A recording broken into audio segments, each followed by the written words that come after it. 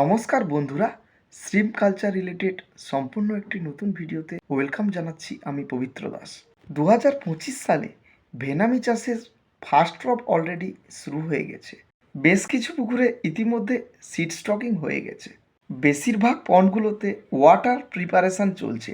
যে সমস্ত পুকুরে সিড স্টকিং অলরেডি হয়ে গেছে এবং স্টার্টার কোডের ফিড দেওয়া শুরু হয়ে গেছে, আজকের এই ভিডিওতে আমি সম্পূর্ণরূপে আলোচনা করব যে সমস্ত পুকুরে ভেনামি চিংড়ি চাষের জন্য উপযুক্ত পরিমাণে ফিডিং করছেন ওই সমস্ত পুকুরের জন্য একটি বিশেষ সতর্কতা, অর্থাৎ আপনি কি উপযুক্ত পরিমাণে ফিড দিচ্ছেন পুকুরে, আপনি যে পুকুরটি কালচার করছেন তাতে ওভার ফিডিং হচ্ছে না তো। এই বিশেষ টপিক নিয়ে আজকে সম্পূর্ণরূপে আপনাদের সাথে আলোচনা করব। যে সমস্ত অডিয়েন্স চ্যানেলে নতুন রয়েছেন ওনাদের একান্তই অনুরোধ করব চ্যানেলটি সাবস্ক্রাইব করার সঙ্গে সঙ্গে বেল আইকন প্রেস করে নোটিফিকেশান অল করে দিবেন। ভিডিওটি ভালো লাগলে অবশ্যই লাইক করবেন এবং অন্যান্য চাষি বন্ধুদের সাথে শেয়ার করবেন, যাতে খুব সহজে ওনারা ফিশারি চাষ করতে পারেন। পন্ডে সিড স্টকিং করবার পরবর্তী সময়ে আপনারা যেটা করেন সেটা হচ্ছে প্রতি লাখ ভেনামি চারার জন্য গড়ে 2 কেজি অথবা কোনো কোনো চাষি বন্ধু 3 কেজি করে ফিডিং শুরু করে দেন প্রত্যেকটি পন্ডের জন্য। কোড অবশ্যই স্টার্টার গ্রুপের থাকে, অর্থাৎ 0 অথবা 1 কোডের। এই প্রথা অবলম্বন করে বেশিরভাগ চাষি বন্ধু পুকুরে ফিডিং শুরু করেন। বেশিরভাগ ক্ষেত্রেই দেখা গেছে এইভাবে 8 থেকে 10 দিন অথবা 12 দিন পরে মাটি কালো হয়ে যায় এবং পুকুরে অ্যামোনিয়া লোড হয়ে যায়।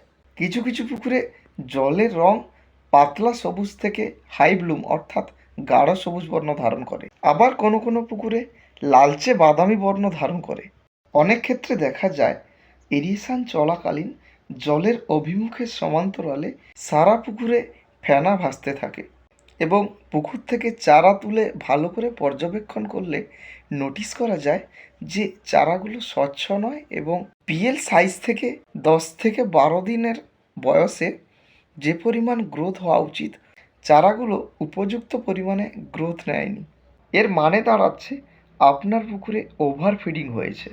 এই ওভার ফিডিং হওয়া থেকে রক্ষা পাওয়ার জন্য আমাদের বেশ কয়েকটি নিয়মকানুন মেনে চাষ করতে হবে। আমি সেগুলো নিয়ে বিস্তারিতভাবে আলোচনা করি। সর্বপ্রথমে বলে রাখি, যদি আমরা সঠিক পরিমাণে ফিড ম্যানেজমেন্ট না করি পুকুরে, তাহলে আমরা কি কি সমস্যার মুখোমুখি হব। যদি পুকুরে ওভার ফিডিং হয় তাহলে অবশ্যই এনিমি ব্যাকটেরিয়ার আধিক্য থাকবে, যার ফলে ওয়াটার প্রোবায়োটিক সঠিকভাবে ব্যবহার করে উপযুক্ত পরিমাণে কাজ পাবো না।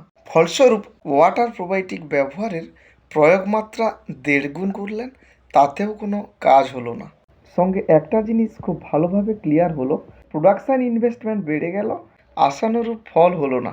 এছাড়াও বলে রাখি, কালচার পুকুরে ওভার ফিডিং করলে ফিডিং বেড পুরোপুরি নষ্ট হয়ে যায়, অর্থাৎ নিচে কালো মাটি দেখা যায়। ফিডিং বেডে কালো মাটি উপস্থিত হবার কারণে ফিড প্রয়োগ করবার পরবর্তী সময়ে ভেনামি চিংড়ি সঠিকভাবে খাদ্য গ্রহণ করতে পারছে না।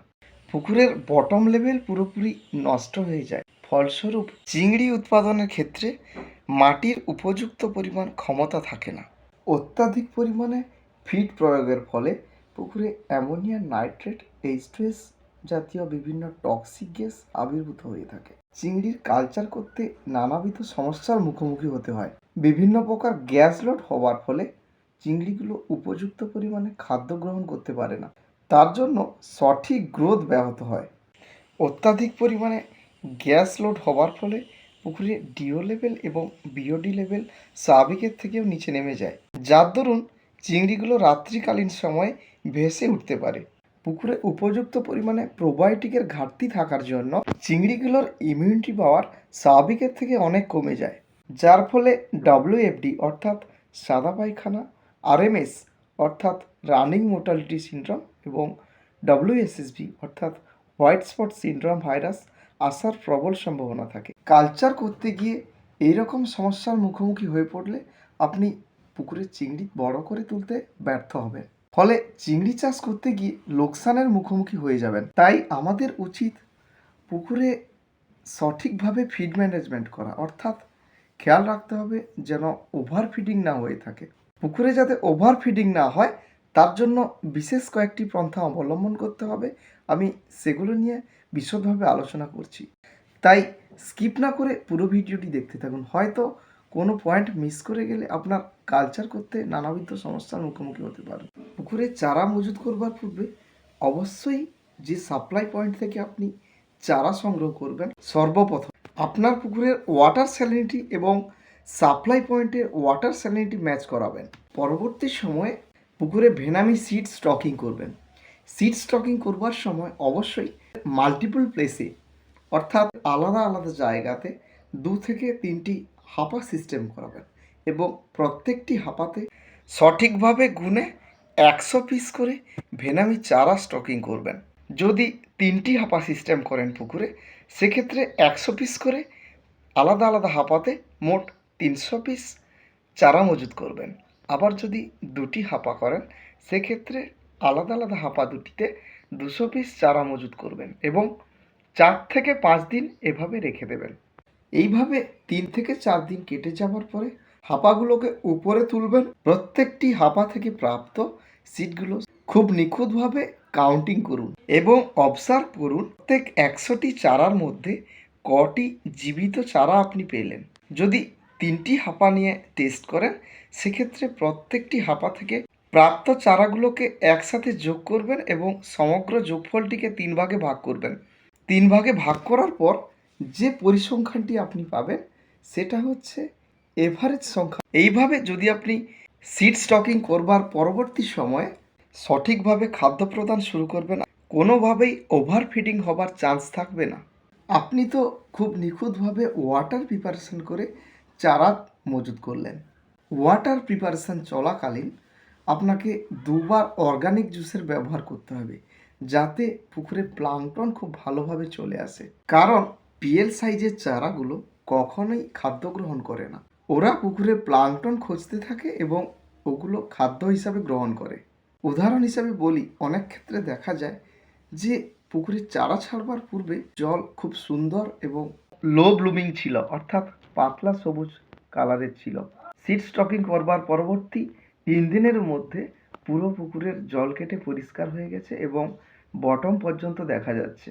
সেক্ষেত্রে আপনি নিশ্চিত হয়ে থাকতে পারেন যে চারার সারভাইভাল খুব সঠিক পরিমাণে এসেছে। কালচার পুকুরে নতুন করে প্লাঙ্কটন তৈরি করবার জন্য অবশ্যই চারা ছাড়ার পরবর্তী সময়ে প্রথম 10 দিনের মধ্যে 2বার অর্গানিক জুস ব্যবহার করবেন এবং এই অর্গানিক জুস প্রস্তুতির সময় 0 কোড বা 1 নম্বর কোডের ভেনামি ফিট 400 থেকে 500 গ্রাম মেশাবেন প্রতি বিঘা পুকুর হিসাবে। তাছাড়া আপনার পুকুরে যে হাপা রয়েছে, হাপার মধ্যে প্রাপ্ত সিড হিসাবে ফিডিং শুরু করবেন। প্রতি লাখ সিডের জন্য 2 কেজি হারে সিড স্টকিং করবার সময় থেকে প্রথম 10 দিন পর্যন্ত সারাদিনে 2টো মিল দেবেন। চারার বয়স 11 থেকে 20 দিন পর্যন্ত প্রতিদিন 3 টাইম ফিডিং করবেন। আবার আপনার চারার বয়স 20 দিন ক্রস করলে প্রতিদিন 4 টাইম ফিডিং করবেন। এবার সম্পূর্ণরূপে আলোচনা করি চারা ছাড়ার শুরুর দিন থেকে, অর্থাৎ চারার বয়স প্রথম থেকে 20 দিন পর্যন্ত একটি সায়েন্টিফিকভাবে চাষ করা পুকুরের সম্পূর্ণ ফিডিং চার্ট নিয়ে। প্রতি 10,000 পিস ভেনামি চারার জন্য দৈনিক খাদ্য তালিকা আপনাদের সামনে শেয়ার করছি। উক্ত হোয়াইট বোর্ডটিতে খুব ভালো করে নোটিস করুন, এখানে day 1, day 2, day 3, day 4, day 5, day 6, day 7 এবং সারাদিনের টোটাল খাদ্য আমি আপনাদের সামনে তুলে ধরেছি। খুব ভালো করে নোটিস করুন, আমরা চারা ছাড়ার পরের দিন, অর্থাৎ যেটাকে ডে 1 হিসাবে ধরবো, সারাদিনের জন্য 200 গ্রাম ফিডিং করব এবং পরের দিন 220 গ্রাম ফিডিং করব এবং তৃতীয় দিন 240 গ্রাম ফিডিং করব, চতুর্থ দিন মোট 260 গ্রাম ফিডিং করব, পঞ্চম দিনে 280 গ্রাম ফিডিং করব এবং ষষ্ঠ দিনে 300 গ্রাম ফিডিং করব এবং সপ্তম দিনে 320 গ্রাম ফিডিং করব। হোয়াইট বোর্ডটিতে টোটাল যে ফিডটি দেখালাম, এটা 10,000 চারার সারাদিনের টোটাল ফিড।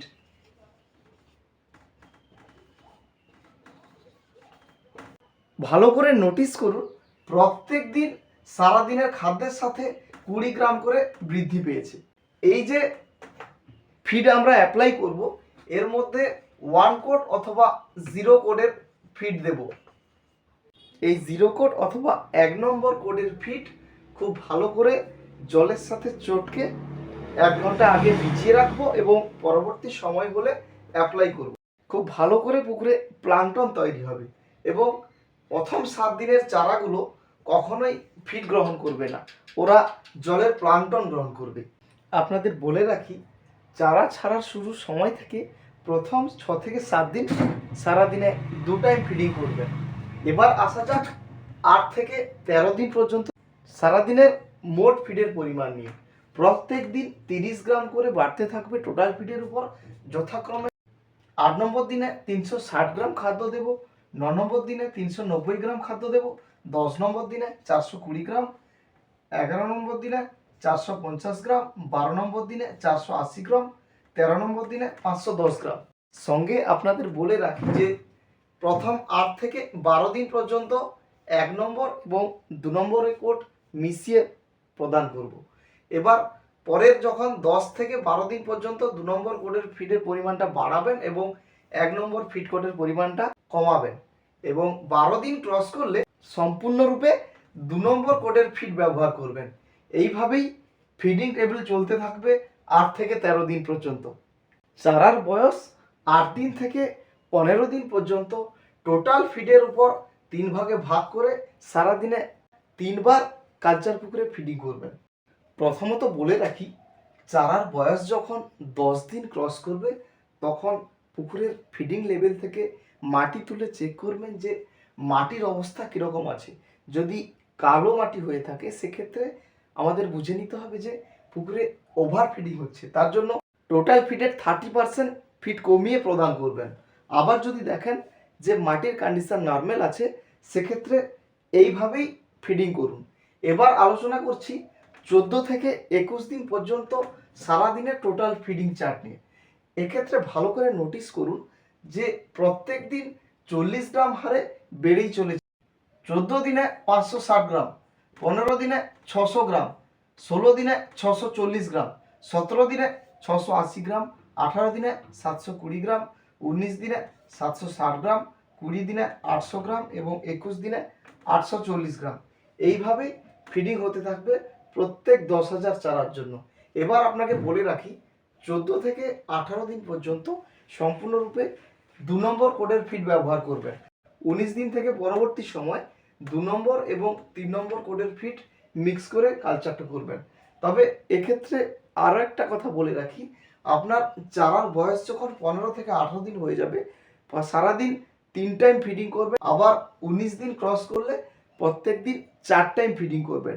টোটাল ফিডের পরিমাণ 4 ভাগে বিভক্ত করে প্রত্যেকটি মিল প্রদান করবেন। প্রত্যেক 7 দিন অর্থাৎ 10 দিনের বয়সে আপনি মাটি চেক করলেন, আবার 15 থেকে 17 দিনের মধ্যে আবার পুকুরে মাটি চেক করবেন এবং 24 থেকে 25 দিনের মধ্যে আরও একবার মাটি চেক করবেন। যদি কালো মাটি দেখা যায় সেক্ষেত্রে টোটাল ফিডের 30% লেস করে ফিডিং করবেন। আর যদি মাটির কন্ডিশন নর্মাল থাকে সেক্ষেত্রে এইভাবেই ফিডিং করবেন। এই প্রথা অবলম্বন করে আপনারা ফিডিং করুন।